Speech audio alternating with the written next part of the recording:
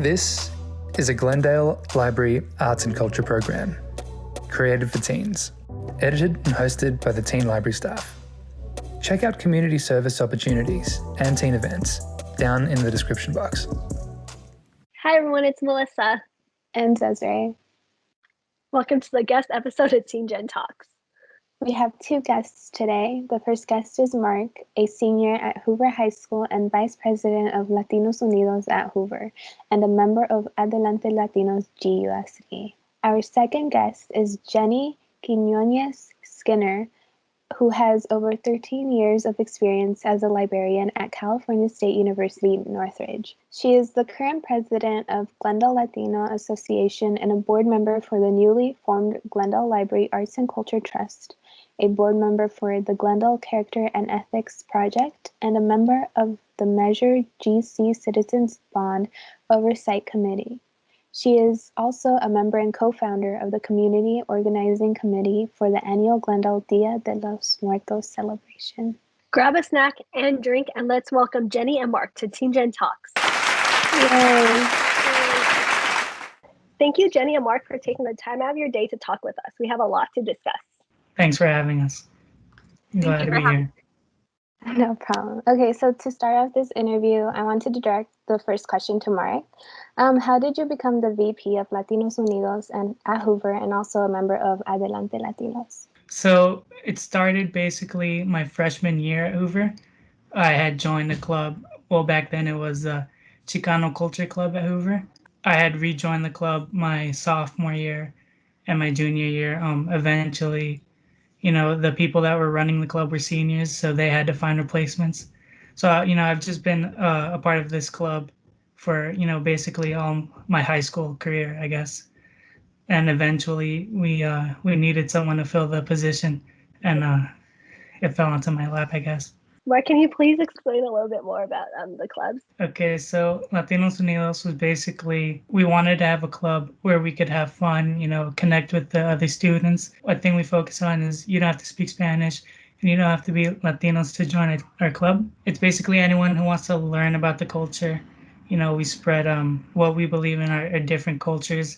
We like to have events that really highlight what we do and what things we celebrate. So our club was just somewhere you can hang out. Sometimes we'll have events, just really bond with our students and spread our Latino culture with the rest of Hoover.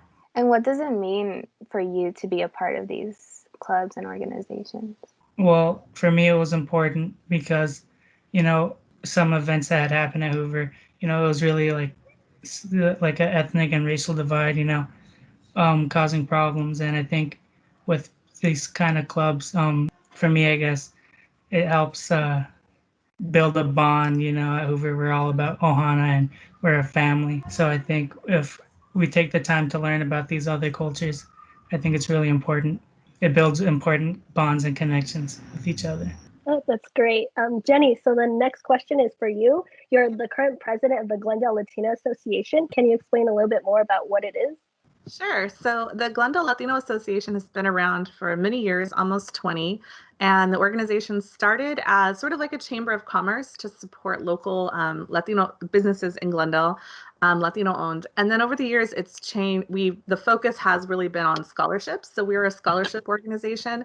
Every year we raise around $20,000 and we're able to support 20 or over students that are from going to school in Glendale. So it could be Glendale Unified or private school or also Glendale Community College. So we give scholarships to students that are transferring from Glendale to another 4-year. In addition to that, we have networking mixers and we're able to connect folks with people from the city. So it's been a really great chance for people to get involved, also to be able to be social, and then to have a purpose, which is raising money for students in Glendale that are Latino for scholarships or, really connected to their Latino culture. That's the most important part. But yeah, that's pretty much the most part of what we do with GLA. So. And this question is kind of similar to the one we asked Mark previously, but Jennie, what gravitated you towards wanting to be a part of Glendale Latino Association? I heard about it, and I lived in Glendale for years that I work at CSUN, and obviously we're super close to LA, so sometimes I do things here, but I didn't know that there was a GLA. So I ended up getting involved just because I had started just volunteering a lot in the community, and then people told me about the organization, and I met folks, and it was just, I had a lot of fun working with everybody, and I always find it very helpful to be involved in things that give you the sense of like, this is what I'm doing today, and this is what I'm able to give back, and I don't know, it gives me good feelings. So I think that was just kind of part of it. It sort of just happened. I don't think it wasn't planned. So Jennie, where do you hope to take like the Glendale Latino Association in the future? I think there's two things for me. I think in terms of being president, it's really important. And this was even when I started doing volunteer work. I have a lot of friends, I'm over 40. So a lot of my friends have kids or I don't, but I have my dog who's on my lap right now. Not leaving, but we have kids, they have kids, or you have parents that you're helping take care of, and you're also at a point in your career that you have more responsibility. So trying to find time to volunteer can be really difficult. For me, what's been really important is trying to create a space so lots of people can volunteer and it doesn't feel like it should be fun and enjoyable. And also there's a sense of responsibility, but also that, yeah, I can take this on and I can still be like at home to do the things I need to do at home, or I can still respond to all those emails at work. And it can be a part of something that I do, but it doesn't have to be all encompassing. So that's been really important for me to help get more people involved. And Glendale is such a great city with Kiwanis and Rotary and all of our great service organizations. So I think part of that is like one thing that I want to see happening.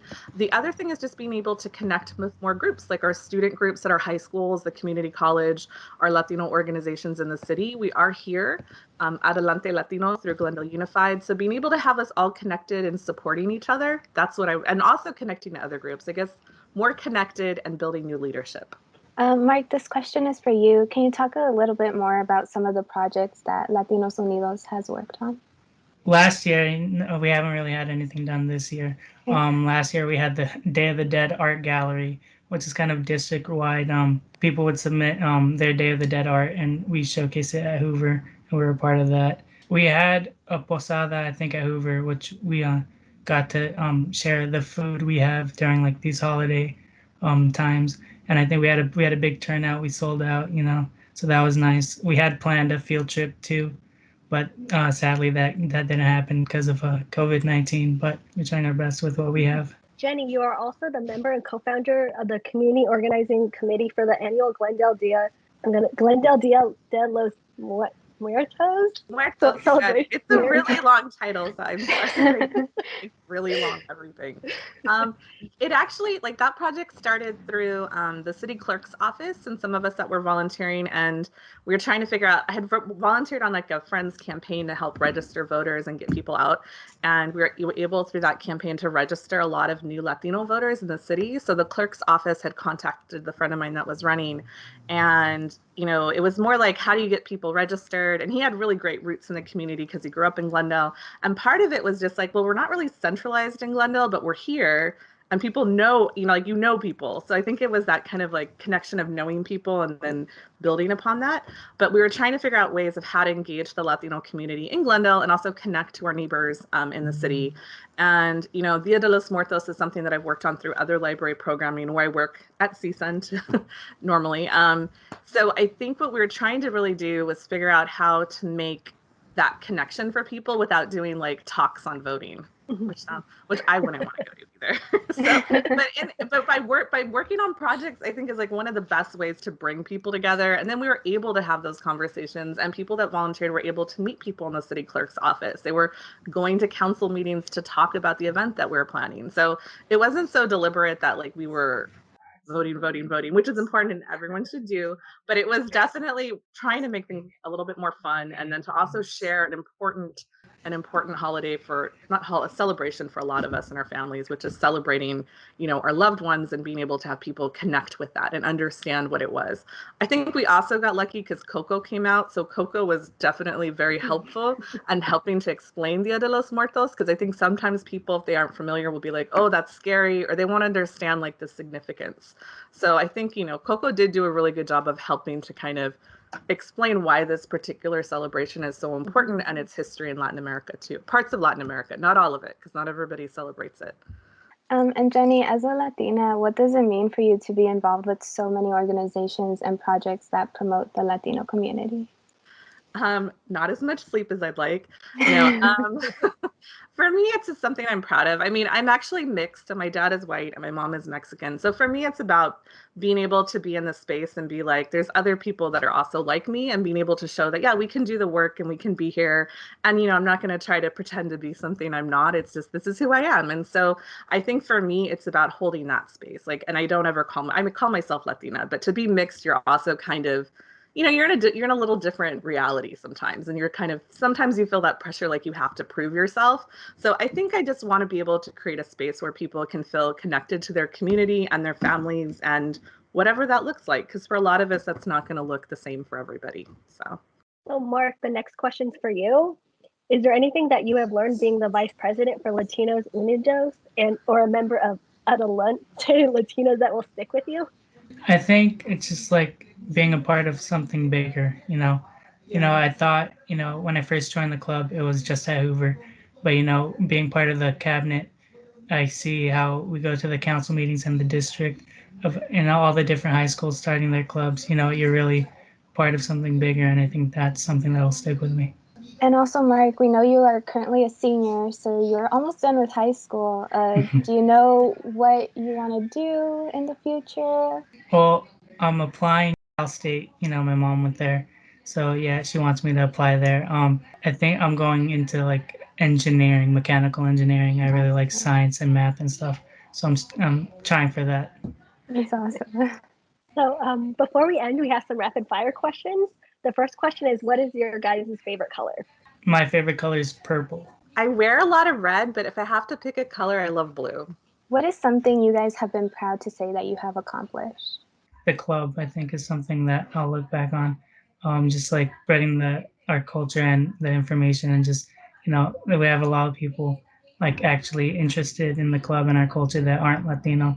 And I think that's really nice. I mean, I think recently for me, it was definitely the first Dia de los Muertos, and just pulling that off, because we had done the first one in a library, but doing it like outside on a street, and everyone was safe, and it was like a great event. And just seeing like the smiles on people's faces, like that was just a moment that I always carry with me. If I'm like, more recently too, I've been carrying with me if things get difficult. It's just that moment of seeing people coming together, and people were genuinely so happy and excited, and that was a really beautiful moment. What is some advice that you wish that you would have known when you were younger? I think just like putting myself out there more. I think when I was freshman, I would have never done this interview. I think I would have stayed to myself, and like if I didn't have to, I wouldn't have done it. But now, learning, just putting yourself out there is a good thing sometimes, and just you get to meet a lot of new people, and that you would never have met if you would have stayed reserved and doing the bare minimum. One of my mentors that passed away told me this, and I love it, because I was just starting at CSUN, and I was like younger, but I was really scared to make mistakes. And she just looked at me one day, and I mean, I was in my 30s, but she still called me a kid. And she's like, look, kid, you're going to make mistakes and it's going to be fine. And so I always kind of remember that. Like, I think that is kind of the thing that can hold us back from doing stuff, that like, you're going to mess up and it'll be another day tomorrow. So if you could visit any place around the world, what place would you go visit? I'd probably go to Japan, I think. Japan, yes, that's a good one. Yeah. So my dad is currently living in Japan, and you stole that one, because I do need to go see him. We're supposed to go this fall, and it's on my COVID list. But I also really want to go to like Scotland and Ireland. So I don't know. There's a couple. I have like a whole list now. I feel like COVID, all I do is like think about where I can go and dream about Airbnbs I'm going to stay at. But I'm thinking Scotland or Ireland. And then last one, what is a book that you have read recently or currently reading that you would recommend? I go back to this book quite often. I like it. It's a quick read, and it's back on that science and space theme. It's Astrophysics for People in a Hurry by Neil deGrasse Tyson. I have it right here. Nice. A quick little read if you like space and science. I think you'll enjoy it. And then how about you, Jennie? So I'm not a plant by the library, but I'm going to say it's Stealing Home, which was the book that was part of the library's Be the Change series, because you were able to buy a signed copy. So mine came in not too long ago. So I've been reading that. And it's a really great book about Los Angeles, the Dodgers, and just the history of the stadium and like displacement and stuff. But yes. Thank you so much, Jennie and Mark. We learned a lot about you. Thank you for taking the time every day to talk with us. Can you let everyone at home know about any upcoming projects and where they can connect with you? LatinosUnidos.hhs, our Instagram page. We have our information from our Google Classroom and our Remind. You'll find all the information you need to contact us at our Instagram page. And especially if you're in high school, we have our scholarship that's coming up. So it's Glendale Latino Association.com. We're on Instagram and also Facebook. And then for Glendale Dia de los Muertos, we have a website, which is glendaleddlm.com. Well, thank you guys so much. Well, thank you. And thank you for taking time to talk with us. We enjoyed this a lot. And I hope you guys have a lovely day. And thank you so much. And good luck on all of your future adventures and all that stuff. Thank you. Thank you guys. So much fun. Hi, everyone. It's Desiree again. And Melissa. Did you enjoy this episode? I'm sure you did. Then please make sure to give this video a like, subscribe, and turn on post notifications for this channel. Check out the teen content video playlist here and our latest Teen Gen episode here. Thanks. Bye. Bye.